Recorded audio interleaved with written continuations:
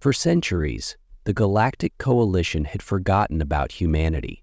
Once a promising member of the Interstellar collective, Earth's people had withdrawn to their home system after the catastrophic Soul Wars, a conflict that had nearly wiped them out. The vast fleets they once commanded were shattered, their colonies lost, and their once proud civilization broken. The greatest achievement of humanity, the supercarrier Aegis Eternal, had vanished into the deep reaches of space, never to be seen again. Some believed it had been destroyed in battle, while others whispered that the ship had simply abandoned the war and retreated into the unknown. Whatever the truth, the Aegis became the stuff of myth, a symbol of humanity's lost greatness. Something unprecedented happened. A signal was detected. It came from the Orpheus Nebula, an area long considered an empty void of space, far removed from the more populated sectors of the galaxy. At first, the Coalition thought it was a glitch, a fluke in the communications network. But the signal persisted. It wasn't just noise. It was a beacon. Coalition scientists worked around the clock, analyzing it, decoding it, and cross-referencing it with every known ship's signal signature in the galaxy. When the results came back, it stunned them all. The signal was unmistakably human. There was no mistaking it. The frequency, the pattern. It matched exactly the lost transmission signature of the Aegis Eternal, the legendary vessel humanity had sent into the unknown. The timestamp was dated over 4 centuries ago, but the technology seemed to suggest a clear message. Supercarrier Aegis Eternal, returning to Sol system. Mission accomplished. The response from the Coalition was skeptical, to say the least. How could it be? The Aegis Eternal was thought to be lost, destroyed, or worse, a casualty of humanity's own hubris. No one had seen a human ship of that scale in centuries, and to think that the Aegis had somehow survived, let alone succeeded in its mission, seemed laughable. Perhaps a surviving human colony had sent the signal as a misguided cry for help. The message didn't stop. Or maybe it was the result of some other ancient remnant from humanity's past. Long-range scans began to detect an enormous object heading toward the Sol system, a vessel of such massive scale that it defied explanation. Its energy readings were unlike anything the Coalition had ever encountered. It was beyond anything the galaxy had ever seen. A ship so advanced that it rendered the latest Coalition technology obsolete in comparison. It was both ancient and impossibly advanced, like a ghost of a forgotten past, returning to remind the galaxy of humanity's lost power.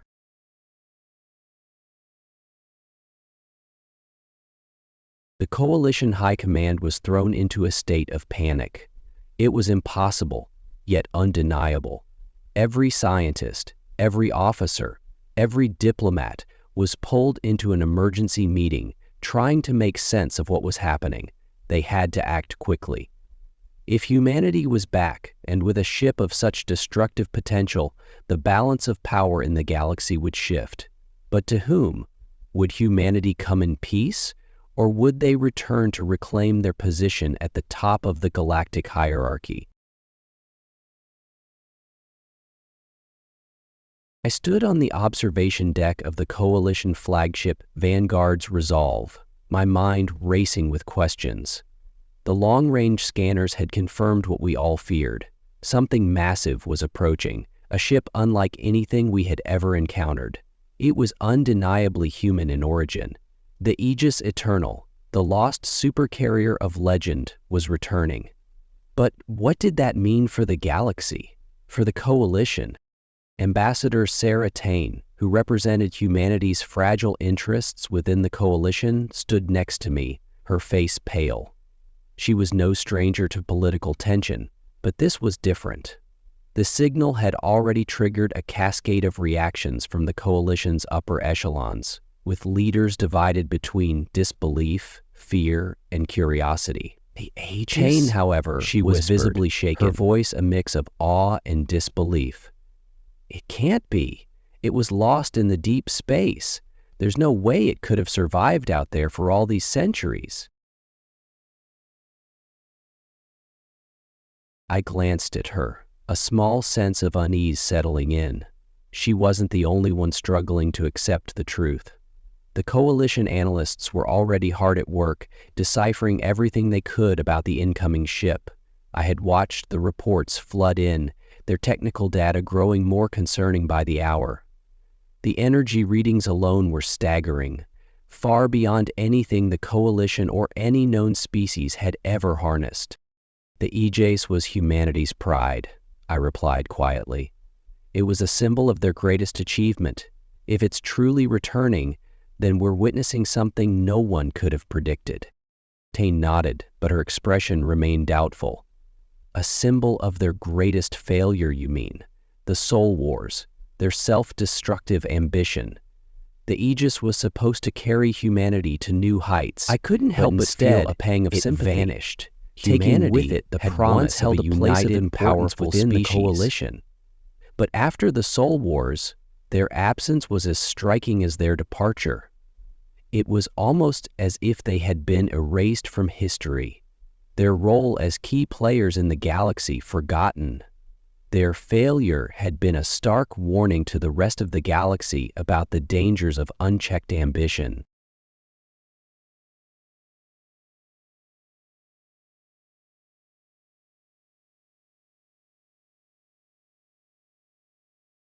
But now, the Aegis, that ancient symbol of hope and catastrophe, was returning, and everything was about to change. As the Vanguard's resolve drew closer to Earth's orbit, I could feel the tension building, a palpable sense of dread filling the air. Coalition fleets were already assembling in defensive formations, preparing for any eventuality. If the Aegis had returned with hostile intentions, we had no idea what the ship would bring with it. Was it simply a ghost of the past, returning to its birthplace? Or had humanity discovered something out there in the depths of space that made them a force to be reckoned with once more? Grayson's name had been associated with the Aegis. Admiral Elias Grayson, the last known commander of the supercarrier. His fate had remained a mystery, and now his return raised more questions than answers. Could he have found something out there that had transformed humanity? Or was the Aegis a warning, a harbinger of something far worse? And I wasn't the only one. The galaxy was not ready for a return to the old power dynamics. The Aegis Eternal was a ship not just of immense scale, but of imaginable potential, and it was approaching at full speed, leaving the Coalition in a state of disbelief and fear. There was no telling what would happen next.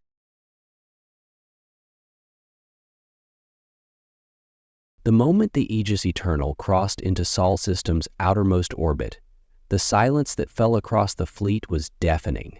Every ship, every vessel, and every crew member held their breath, eyes trained on the massive silhouette of the supercarrier that hung like a shadow against the backdrop of the stars. Its scale was beyond comprehension, dwarfing every other ship in the vicinity. It was as if the very fabric of the galaxy had bent around its return, as though the Aegis was a force of nature itself, impossible to ignore. I stood in the command center of the Vanguard's resolve, watching as the massive display panels flickered to life. The sensors were tracking every minute movement of the Aegis, but there was little to discern. It was as if the ship didn't need to announce its arrival. It simply was, a relic of an era long past, returning with an authority that none could challenge. The hum of the room grew louder as communications channels buzzed with messages, but no one seemed able to process the enormity of the situation. The Aegis did not respond to the fleet's hails. It simply continued its approach, slow and deliberate. Its hull was battered and scarred, as though it had been through an ordeal beyond human comprehension, yet it shimmered with a strange resilience, its shields flaring in flashes of bluish light. I had seen powerful ships in my time, but nothing like this. The Aegis radiated an energy that unsettled even the most seasoned officers aboard the Vanguard's resolve. As the ship neared Earth's orbit, the High Command on the flagship issued orders to prepare for all contingencies. The fleets were to maintain their positions, ready to intercept if necessary, though no one truly believed they could do anything to stop it. The sheer size of the Aegis made every weapon the Coalition had seem insignificant in comparison. There was something otherworldly about it, an aura of forgotten power that made the Vanguard's resolve seem like a mere speck of transmission by comparison. The entire fleet was forced to divert their attention to the comms channel as a voice, calm and undeniably human, echoed across every frequency. "This is Admiral Elias Grayson of the Aegis Eternal. We are returning from our mission beyond the galactic rim. Stand down or be treated as hostile."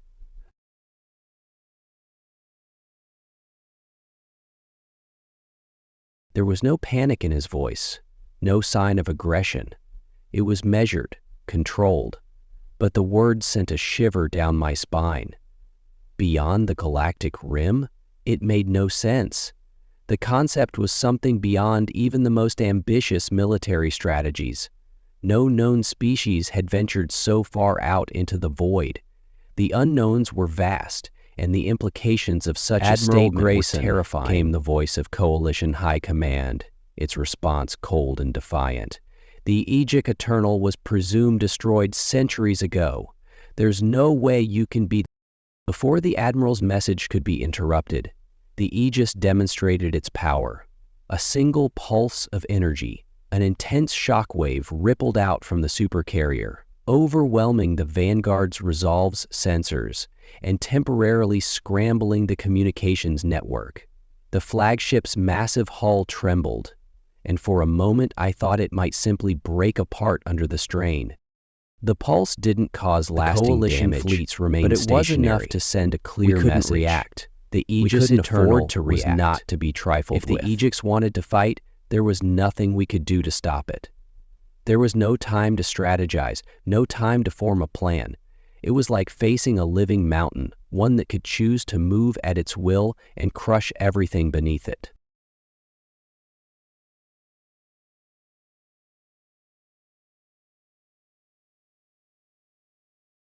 And yet, Grayson's voice, once again calm, filtered through the static. "We are here for one purpose only, to protect humanity and to warn the galaxy." I glanced at Ambassador Tane beside me, or we will take the necessary steps. Her eyes were wide, her mind grappling with the enormity of the situation. The Aegis Eternal had returned, not with a plea for help or a message of peace, but with a declaration of authority. And in that moment, the future of the galaxy seemed to hinge on a single question. What had humanity found beyond the galactic rim, and why had they returned to Earth with such a force?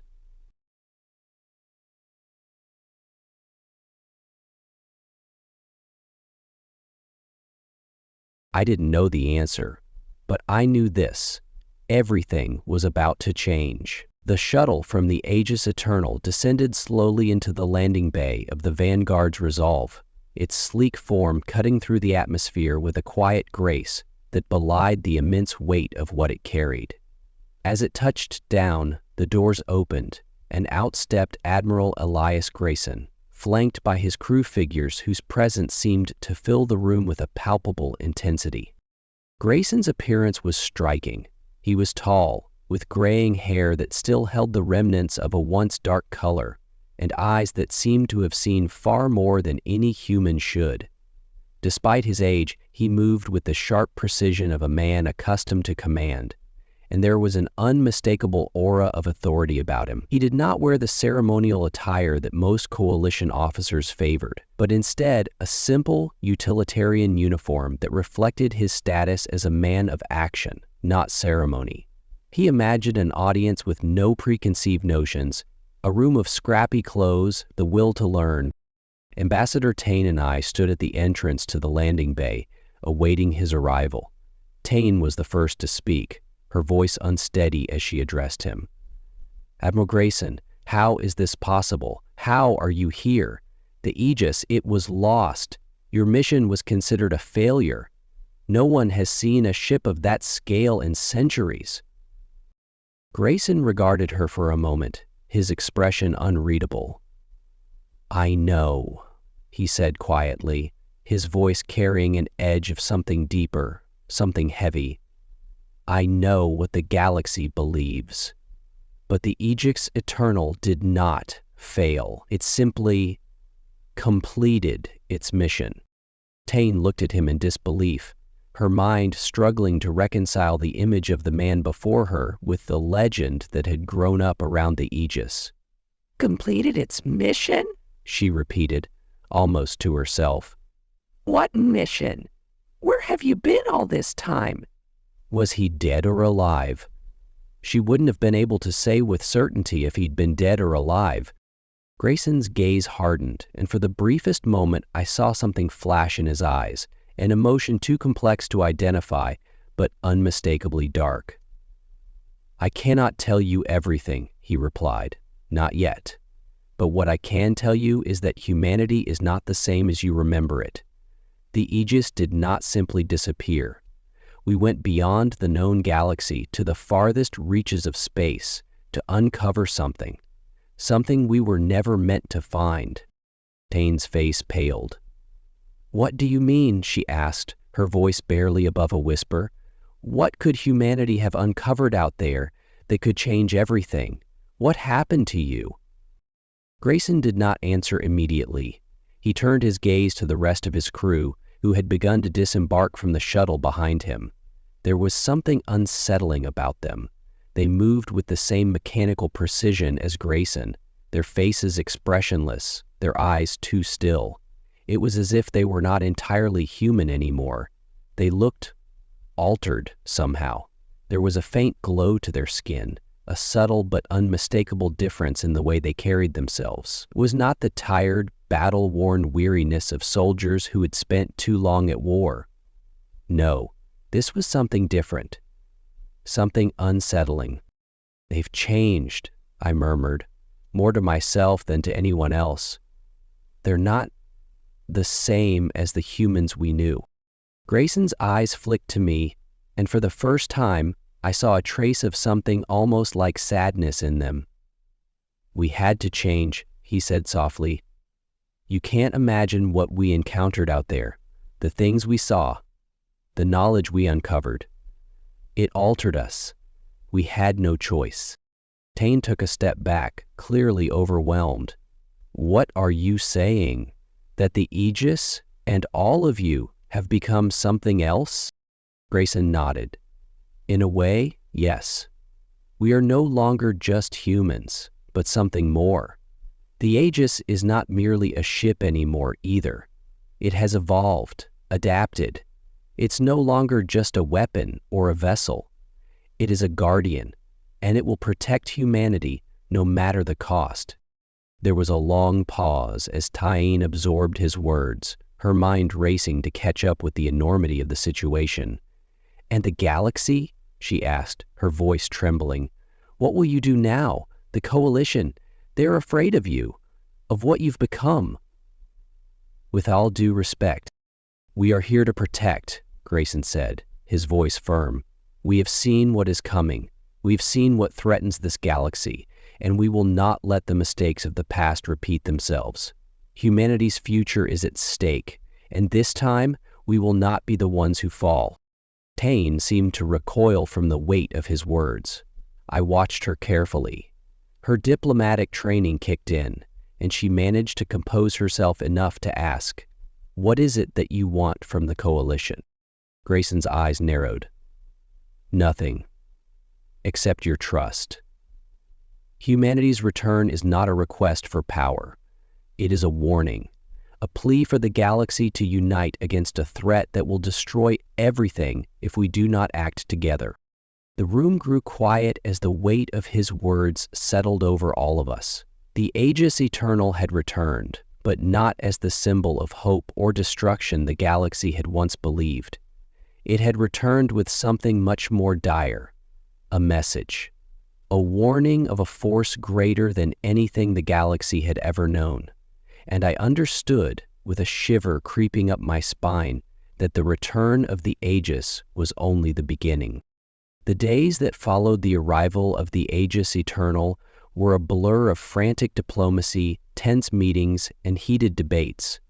The Coalition had initially been split on how to respond to Grayson's return, with factions forming along the lines of those who feared the unknown and those who believed the galaxy's past mistakes could be forgiven.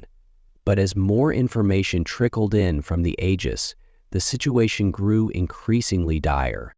Grayson had made it clear that the Aegis and its crew were not here to negotiate for power or recognition, but to prepare the galaxy for something far worse. The exact nature of the threat, however, remained veiled in secrecy. What had humanity discovered beyond the galactic rim? What could possibly pose such a grave danger that it warranted the return of a ship that had once been humanity's crowning achievement? I sat in a war room aboard the Vanguard's Resolve, watching the latest intelligence reports. Ambassador Tane sat across from me, her face strained, her eyes glued to the data on the table. "It doesn't make sense," she murmured, her voice thick with frustration. "How can the Aegis have survived out there for centuries, and why are we only hearing about this now? What could they have found that has changed them so profoundly?" I didn't have an answer. None of us did. The more we learned about the crew of the Aegis, the less human they seemed. They were different, almost otherworldly. It wasn't just their appearance, it was the way they spoke, the way they moved, the way they seemed to operate in unison, as though their thoughts were somehow linked. There was something almost disturbing about them, as if they had crossed a threshold that no one should ever cross. Grayson mentioned the knowledge they uncovered, I said, trying to make sense of the fragments of information we had. Maybe this is why they've changed. Whatever it is, it's reshaped them into something, not human. At least, not in the way we understand it. Tane shook her head. "It doesn't explain everything, though. The Aegis is more than just a ship at this point. It's a weapon. One that could change the balance of the entire galaxy. If Grayson and his crew are truly different, what else has changed on that ship? What kind of power do they have now?" Her words hung in the air, heavy with implication. If Grayson's warning was to be believed, humanity had become something beyond the reach of the Coalition, something capable of reshaping the future of the galaxy, whether it wanted to or not. And yet, even as we spoke, there were whispers that the Aegis was not alone. The ship's sensors had picked up traces of other human ships scattered across the galaxy, ships that had disappeared long ago. Some, like the Aegis, thought destroyed. I rubbed my temples, trying to focus. If there are more ships out there, then humanity isn't just back. It's coming back with an army. "Perhaps," Tane said softly, "but that's not what worries me. It's the fact that Grayson hasn't told us everything. There's something he's holding back, something that he's not willing to share. And I don't think it's just about the Aegis. I think he knows something about the threat, something he's not telling us." I looked up at her, my heart racing. What if Grayson isn't the only one who knows? What if whatever they uncovered out there is bigger than even he realizes? Tane's eyes locked onto mine. That's exactly what I'm afraid of. If Grayson's right, and if this threat is as big as he says, then we are all unprepared for what's coming. The Coalition is fragmented. The species that make up our collective have spent so much time in peace, they've forgotten what it means to fight for survival. Humanity is the only one with the experience to understand the danger. But will they help us, or will they stand alone?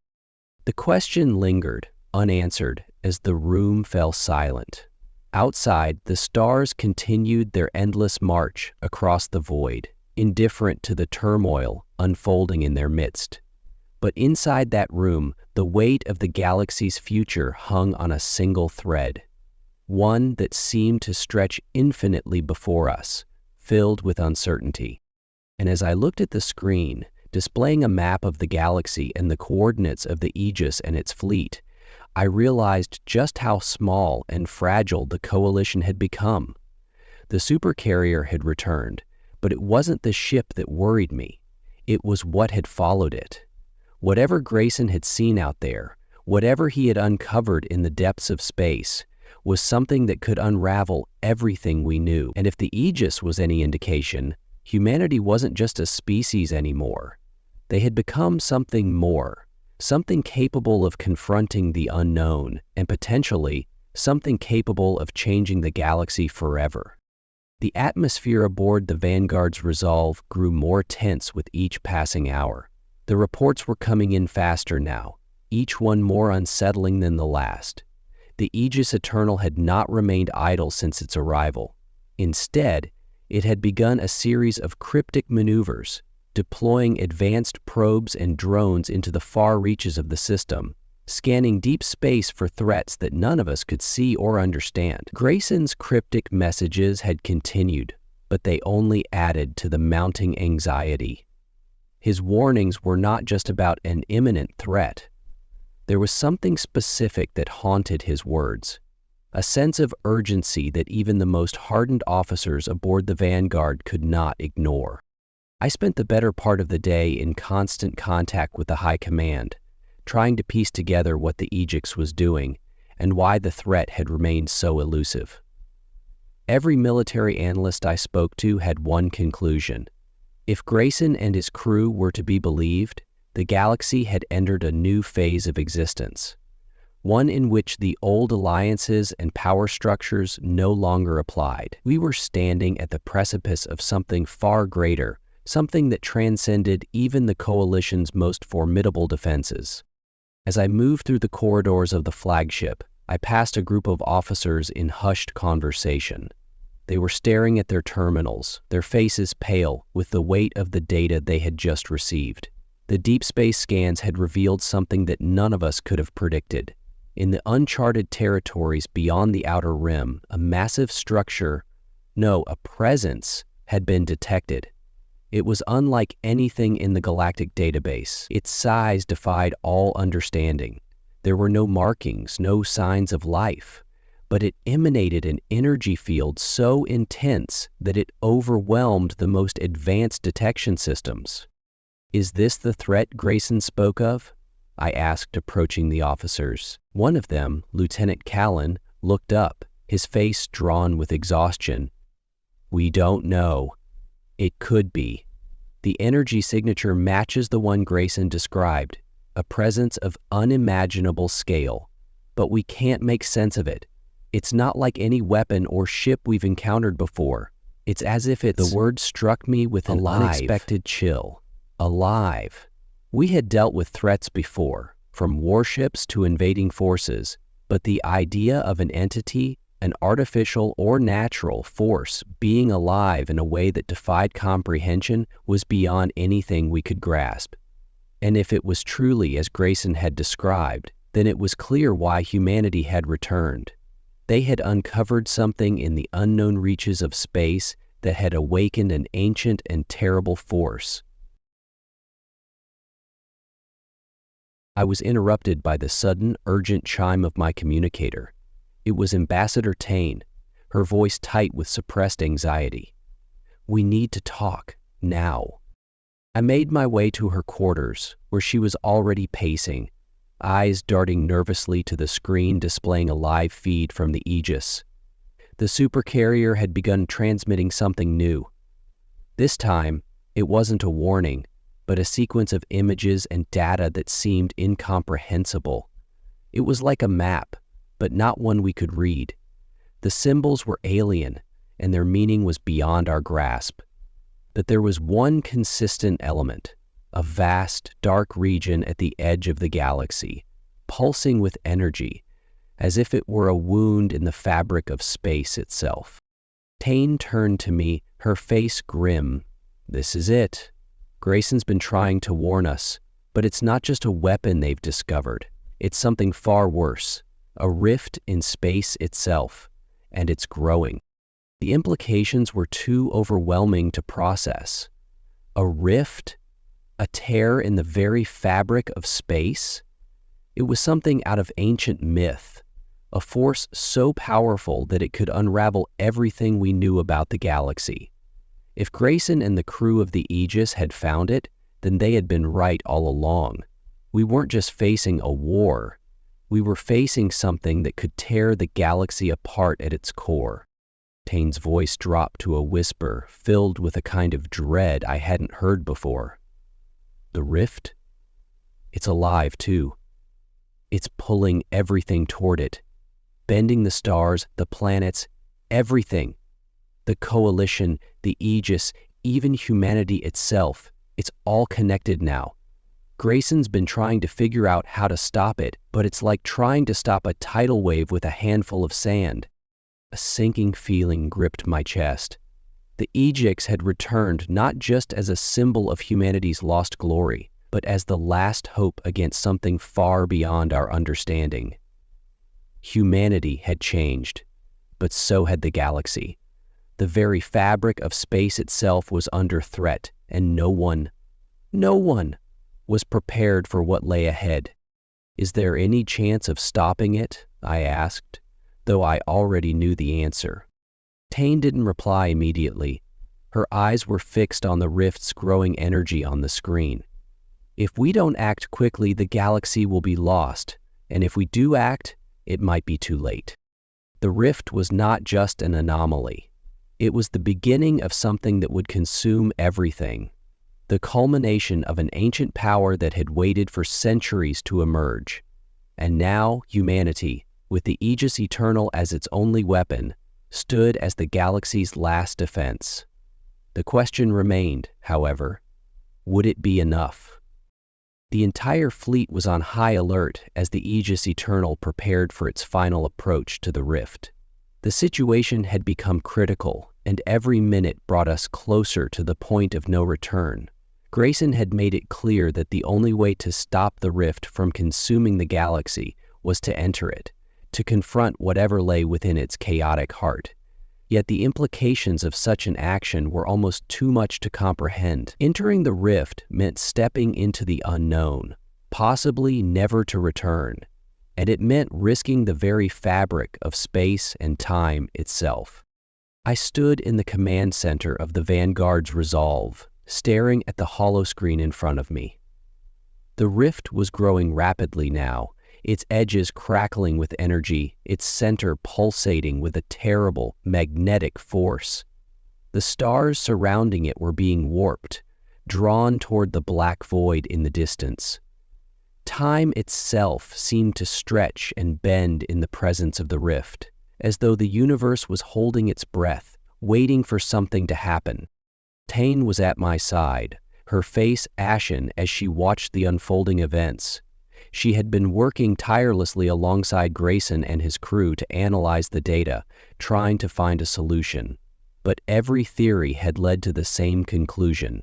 Entering the rift was humanity's only option. "If we don't act now," she whispered, "it'll be too late. The rift will collapse everything into itself and we won't be able to stop it. The galaxy, everything we've fought for, will be lost." I nodded in grim agreement, my mind racing. There were still so many questions, so many unknowns. What was the rift? What had humanity truly uncovered out there? Grayson had told us so little, and yet the stakes had never been clearer. The Aegis was humanity's last hope, and with it we had a chance to undo the damage before it was too late. "We have to trust Grayson," I said softly, though doubt gnawed at me. "He's the only one who understands this. He's seen what's out there, and he's willing to risk everything. If anyone can stop the rift, it's him and his crew." Tane glanced at me, her eyes filled with a mixture of fear and determination. "But what if we're wrong? What if the Aegis isn't enough? What if we aren't enough?" The question hung in the air, unspoken but ever present. What if the Aegis and its crew were not the saviors they believed themselves to be? What if their journey had changed them too much, turned them into something they no longer fully understood? And if they failed, if they were swallowed by the rift, what then? Before I could voice any of these concerns, the room's comms buzzed with an incoming message from Grayson. The voice on the other end was calm, but there was an underlying urgency that made my pulse quicken. "This is Admiral Grayson. His voice crackled through the speakers. "We are ready to enter the rift. The energy readings are increasing exponentially. I need your fleet to stand ready. We don't know what will happen once we cross the threshold, but I promise you this. We will not let the galaxy fall. Humanity will not fail." There was a finality to his words that was both reassuring and terrifying. The decision had been made. The Aegis Eternal was going in, and we had no choice but to follow. Our fleet would stand by, ready for any eventuality, but it was clear that humanity's fate was now tied to the supercarrier and its crew. The rift was not just a physical anomaly. It was the crucible that would determine whether humanity could survive in this new age or whether the galaxy would fall into darkness. As the Aegis moved toward the rift's edge, the atmosphere aboard the Vanguard's Resolve was thick with tension. The crew was silent, all eyes focused on the hollow panels showing the Aegis as it cut through space like a comet, heading straight for the heart of the storm. There was no turning back now. The fleet watched as the massive supercarrier disappeared into the rift, its form swallowed by the swirling blackness, leaving nothing behind but the crackling energy that lingered in the air. Moments later, the entire galaxy seemed to hold its breath. For what felt like an eternity, there was nothing but silence. The rift pulsed in the distance, its energy fluctuating, but no one dared speak. Everyone was waiting for something to happen, for a sign, a signal, anything to indicate that the Aegis had succeeded or failed. Then, as if answering our prayers, a new signal appeared, strong, clear, and unmistakably human. It was a transmission from the Aegis Eternal, its signature unmistakable. "We've entered," Grayson's voice echoed through the comms. "The rift is stabilizing. It's not what we expected, but we're holding steady. The galaxy is safe, for now." The relief that flooded the command center was overwhelming, but it was tempered by the realization that this was only the beginning. The Aegis had entered the unknown, and humanity had taken its first step into a new future. Whether that future would be one of peace or destruction, none of us knew. But for the first time since the Aegis return, I allowed myself to believe, perhaps, just perhaps, we could survive. Humanity's long-lost supercarrier had returned, and with it, a chance to reshape the galaxy's destiny.